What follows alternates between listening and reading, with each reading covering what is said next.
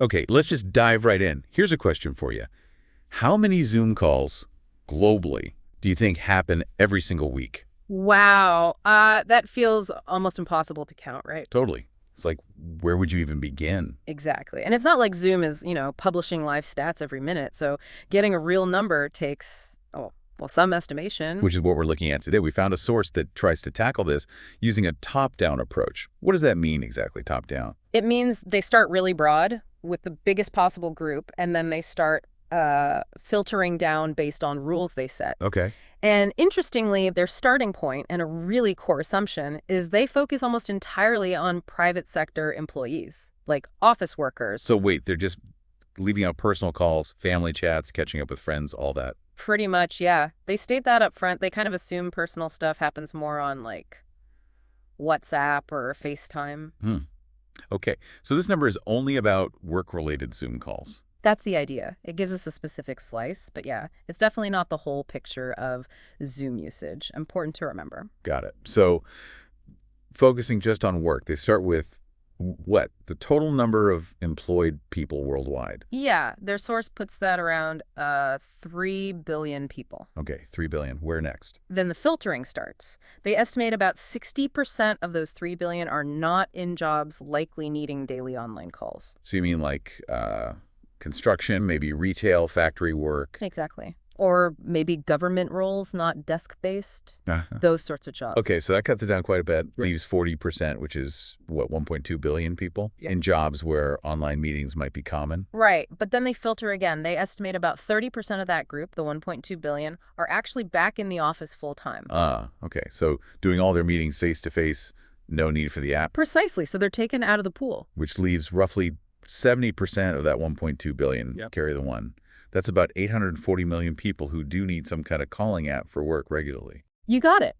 And this is where they make another assumption layer. They try to categorize these 840 million based on how often they think they make calls. Based on their job role, maybe? Yeah. How do they break that down? Did the source say why these numbers? They don't really detail the why behind the percentages. It seems more like an estimation, but they figure 30% are power users, maybe managers, sales folks, doing about 6 calls a day. Yeah, 6 calls. Then 60% are normal users, could be developers, analysts, whatever, averaging maybe 2 calls a day. 2 calls. And the last 10%, they figure they need 0 calls daily for their role, even within this group. All right, so they apply those percentages and call numbers to the 840 million pool.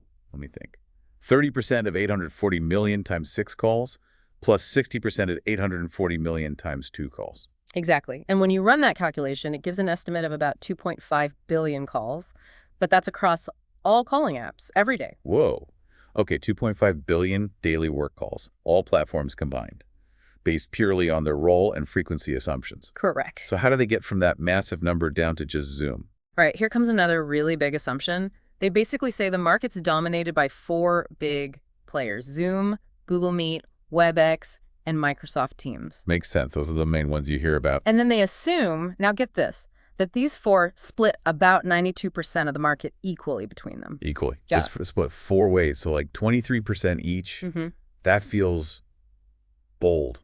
Assuming giants like Microsoft and Zoom have the exact same share without, actual market data. It's definitely a simplifying assumption, yeah.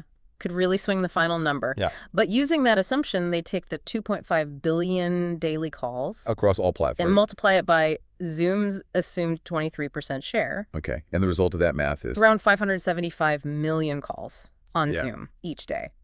According to this I method, thought I heard 75 million daily Zoom calls. wow. Okay, so bring it home the weekly number. Easy bit. They assume a standard 5-day work week. So 575 million times 5. Which brings us to. Roughly 2.8 billion Zoom calls taking place each week. So let's recap.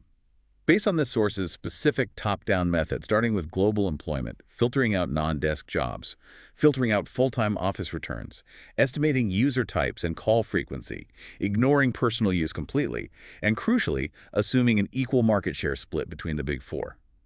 They land on an estimated 2.8 billion weekly work-related Zoom calls.